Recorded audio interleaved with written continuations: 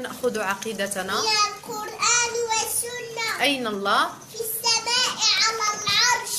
ما الدليل من القرآن على أن الله على العرش؟ الرحمن عرش استوى. الرحمن على العرش استوى. ما معنى استوى؟ على وارتفع. لماذا خلق الله الجن والإنس؟ لعبادته وحده لا شريك له. ما الدليل من القرآن على أن الله خلق الجن والإنس لعبادته؟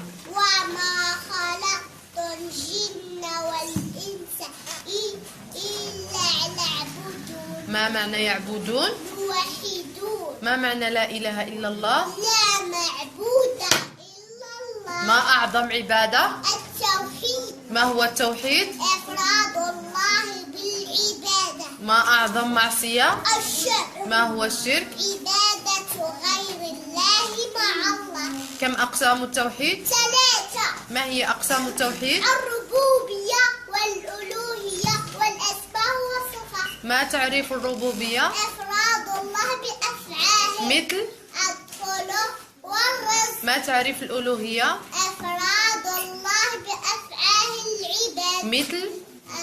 الدعاء والذبح والسجود.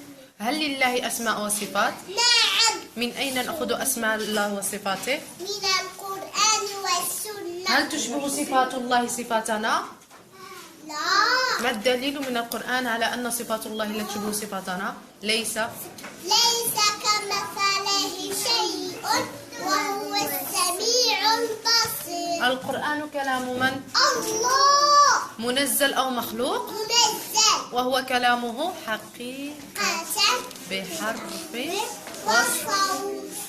هو محمد هو محمد نوح. بن عبد الله بن عبد المطلب بن هاشم بن عبد مناف بن قصي. برافو أحسنتي.